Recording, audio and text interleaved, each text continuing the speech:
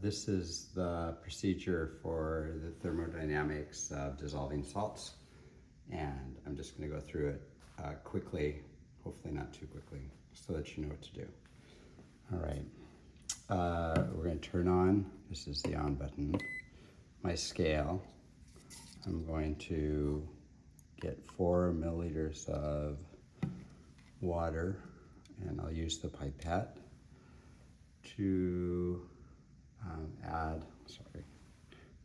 a drop so that it gets to exactly 4 milliliters, and you don't see it because I'm holding it up to my eye so I can look at it.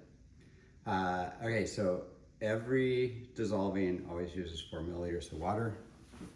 I may not be doing these in the order that they're talked about. We need to get some salt, 1.5 grams. So I'm going to put on the weighing boat, and I'm going to hit Z, which is 0.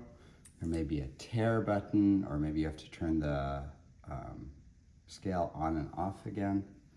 And I have a little spoon, and I have 5 salts. And I've taken the first one,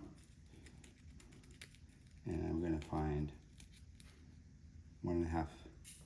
So I'm going to slowly add it until it gets to close to 1.5. And it doesn't have to be exact. You could have a little less, or you could have a little more.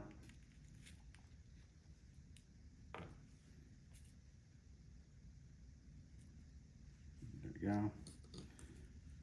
A little less. That'll be fine. Okay. Most of you will go, no, I want more. So we'll add a little more. Okay.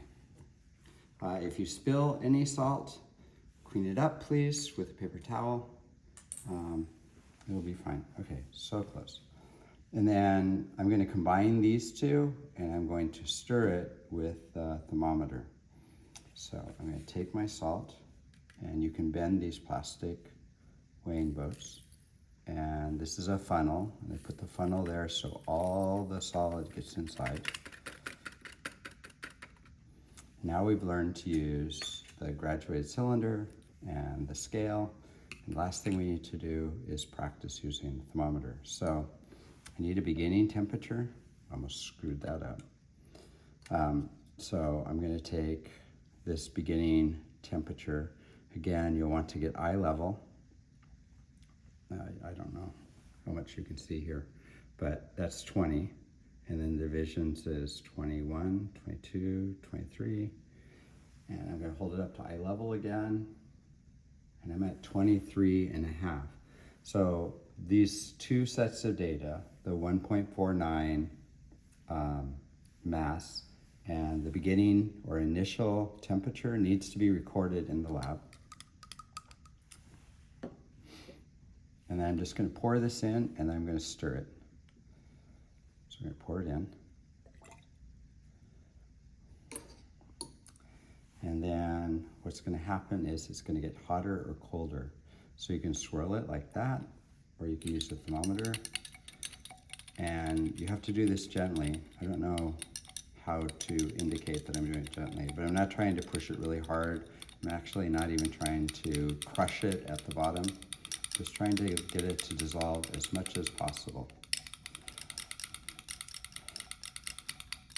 And then I'm going to be watching the thermometer, which I don't really want you to see, because then I've given you the answer. But I want the thermometer to either go up for some of these or go down for others. And I'm going to record that temperature too. So I'm just going to keep stirring it until I don't see it going up or going down anymore. And now that it's stopped changing, I'm going to go, oh, that's about the best it'll do. Oh, let's give it another stir and see if it'll go down even farther or up any higher.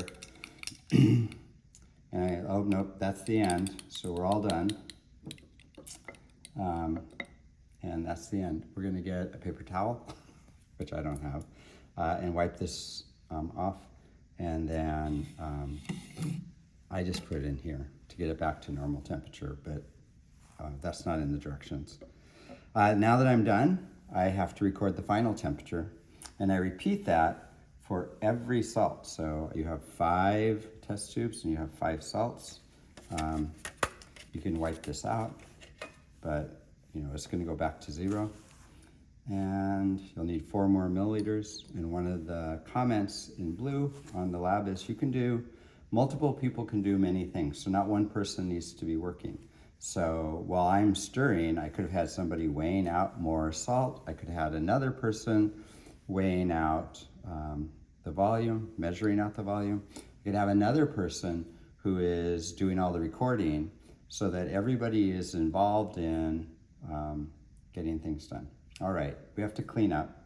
Cleanup is to just throw the salt and its contents into a waste container.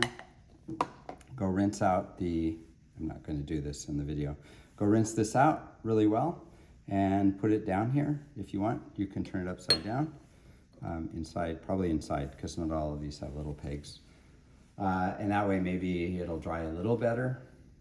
If you're in another period and you have these wet test tubes, you could rinse it out again to make sure it's rinsed, or you can just use it.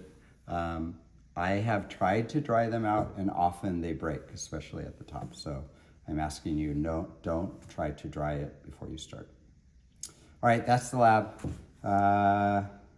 Good luck. Hope you enjoy it.